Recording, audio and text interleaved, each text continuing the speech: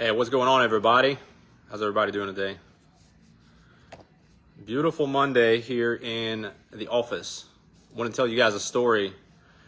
Whether you're a realtor, you're a homeowner, you're thinking about buying a property, you're an investor, you need to know this stuff. So this is a situation that we ran into last week on a property that was supposed to close already several weeks ago. We had, some of you know, there's a new law that came out in 2016 that says if you are within 200 feet of the right of way of a sewer line, that if you ever have an issue with your septic system, regardless of if it has any issues or not, you have to abandon and tie in. That was the law. We've got that changed now a little bit. Had to show up, had to get Kyle Kohler, had to get our representative involved, had to get German Township zoning involved, and that the law that was written in 2016 states that no matter if you have a perfectly good septic system, if sewer is available, go ahead and tie in. Just no need for you to even try to fix anything. So we had an issue with a property that we bought actually at 1601 East Home Road. This is back last year, and we were, fixing the property up to make a profit. So we didn't have any kind of financial issues. We weren't in a distressed situation or anything. So we appealed in front of the Clark County Health Board of Health, and to see if we can get a variance, because we had a perfectly good system. We had a great pumping report. Bevan said that there's no issues with the tanks, no issues with run back, no issues with inlet or outlet baffles, no issues with anything, nothing at all. Perfectly good septic system. So we went in front of the board, and they unanimously voted that because it wasn't a financial situation, because we're flipping the property and looking to make a profit, they're like, you'll just get less profit basically, but we need you to tie in. So what sense does that make? Can you guys tell me, does that make any sense at all to anybody? Well, supposedly the day after they denied me at the Clark County Board of Health, which passed unanimously, had a lot of people that I respect and that are on that board, but it was kind of a shock that they unanimously voted to do this. Costing us $9,000 extra bucks. We had Joe Gibson tie it in, and we actually applied for a grant through the city of Springfield. It's a septic abandonment application that we had to work through Travis Robertson at the utilities department. If you guys need that application, or you have any questions about this stuff, I know it's like drinking from the water hose, but we've been dealing with this stuff since 2016. This is 7 years now that this law has passed. Well, that's not even the worst of it.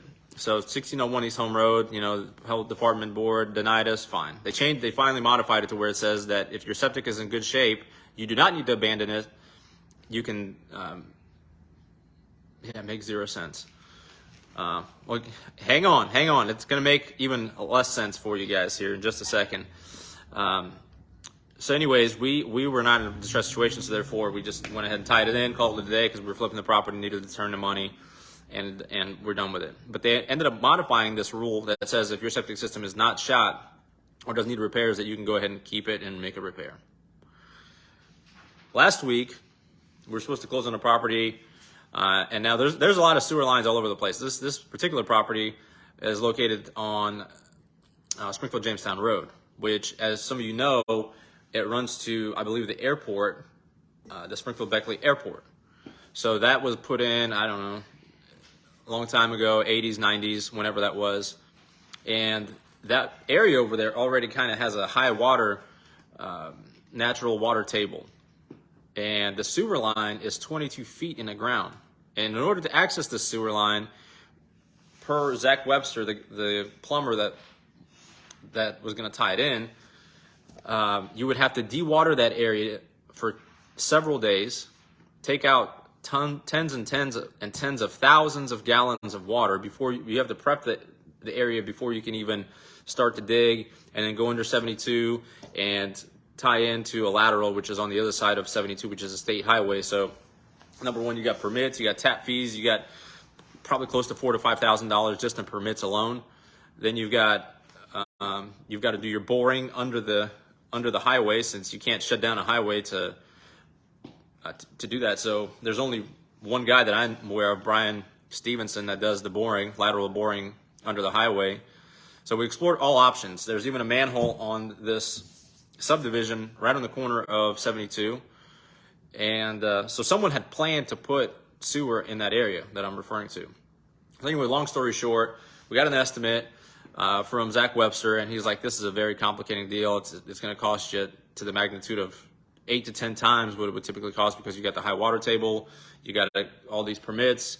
It's going to be very expensive. So we got the quote from Zach Webster. It cost $76,000. $76,000. And the reason this was even brought up as an issue is because, there's already a high water table there in the first place. And there was a little bit when they did the pumping, this one particular company, maybe you guys can guess who the company is. A septic pumping company that recommends repairs a lot. I don't know. Some of you might know. If you're a realtor, you don't even have to drop it below. Don't even do that. But I think we kind of got an idea of who that might be.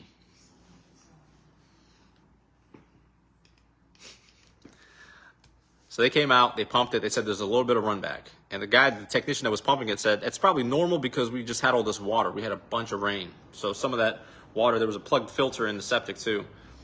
So they unplugged the filter and there was a little bit of run back. They submitted that report, this pumping company submitted this report to the Clark County Health Department. They're all, red flag, this system is bad, now you guys need to go ahead and connect. It's like, wait a minute. Can't we get a second opinion and a third opinion and a fourth if we need to? Like, why does one company make the decision on if your system is good or bad, when this company may or may not be in the position to make money by you tying in? Just a thought. So that doesn't make any sense. So now the deal fell through because the buyers are concerned, because now they're spooked, because it could be their responsibility to replace and tie into this sewer line to the tune of $76,000. So now what? Our people that were selling the property, then we're going to buy another property, that deal is dead. The people that are going to buy this property, they just wasted all this time and all this money and appraisal, inspections and everything, so on and so forth. And now we got this house with the septic system where the health department says you need to go ahead and tie it in. The only other option we have is to go and in front of the Board of Health, which they only meet once a month, and present our case for why this is a financial disaster. And there's no way anyone's going to be able to do anything with this property unless we just go ahead and make a basic repair to the leach field or make some sort of a basic repair. This is just crazy. This is just crazy how one opinion can go ahead and put up a red flag for the health department. And instead of their procedures being, okay, well, here's one company, well, let's go ahead. So I called them and I said, okay, so what if we just go ahead and fill this thing up with water, the tanks up with water, and test it to see if there's going to be any run back? Does that make sense? They said, well, that's not a normal use of septic system. So I was like, okay, so 1,500 gallons in a day, that doesn't make sense. Okay, so that's not normal use. What if we go ahead and dump? I got a buddy that's got a water company, fills up pools and everything. What if we go ahead and just bring in 500 gallons 3 days in a row or over the course of a week, and then we test it to see if there's run back? That's kind of currently where we're at right now with the health department. I posed that question to them just to see what their response would be, because this doesn't make any sense. How you can have one company make a recommendation or a suggestion and it could blow the whole deal. And there's no verification, quite honestly. Now we have to wait to go in front of the board. And, there's some fine people on that board, but, unanimously decided to reject my request for a variance, even though I had a perfectly good septic system. I don't know about that. I don't know how that makes sense. So hopefully we'll have better luck with the Clark County Health Department board this time, because there's no way anyone has the capacity to pay out $76,000 on an improvement which will not increase the value of the property. It makes no sense. So if you guys have questions, if you're looking to buy a property, you need to be investigating this stuff in your due diligence. Otherwise, you could run into an issue as a seller. We need to be looking into this ahead before we put the property on the market. If you're a realtor, you need to be doing that due diligence. And you might have an area where there's high water table, so you need to do water. There was instances that Zach Webster was telling me about where some of these sewer lines to connect would cost 6 figures. There's areas on Arnold and on the west side of Enon where the grade is so low, so they have to put a pump system and all kinds of special modifications. So all I'm saying is this could cost you a lot of money if you don't do this due diligence. If you don't find out that there's a sewer line, and there's a lot of properties in Clark County where there are sewer lines, namely 41. Now Zach's connected probably 6 properties for me on 41 over the years. Most of those have been about $15,000. There's some on Upper Valley Pike, East Possum Road. I know Diane Erickson, she's had one that was close to $40,000 to tie in, I believe, on Possum Road. Guess what? A lot of people didn't know this. It's on the Clark County GIS system now, but you can go in and check to see where all these sewer lines are. There's a big sewer line running through a big part of Possum Woods. Guess what? Your septic is shot, you have to abandon and tie in. Even if you have just a little modification that you need to do, you're probably going to have to go in front of the Clark County Board of Health to justify why you need a variance and not a replacement of the system. So something's got to change. This is not something that people just have sitting around $20,000, $30,000, $50,000 just so they can tie into the sewer line. So now you guys have been warned. That was my little spiel, our little adventure with the health department. But if you guys have any questions, if you guys do end up in a situation where you do need to tie in, there is a grant available through the city of Springfield. We applied for it. It was a $9,000 tie-in. They gave us $3,500. I think it's based on income. So anyways, just sharing some value to you guys. If you have any real estate needs, you want to sell a house this year, 2023, this is the year of marketing. If you guys are looking to get top dollar, we're selling our properties fast for top dollar. We're also buying a lot of properties for cash. If you don't want to do any work, we'll come in, pay cash, close quickly.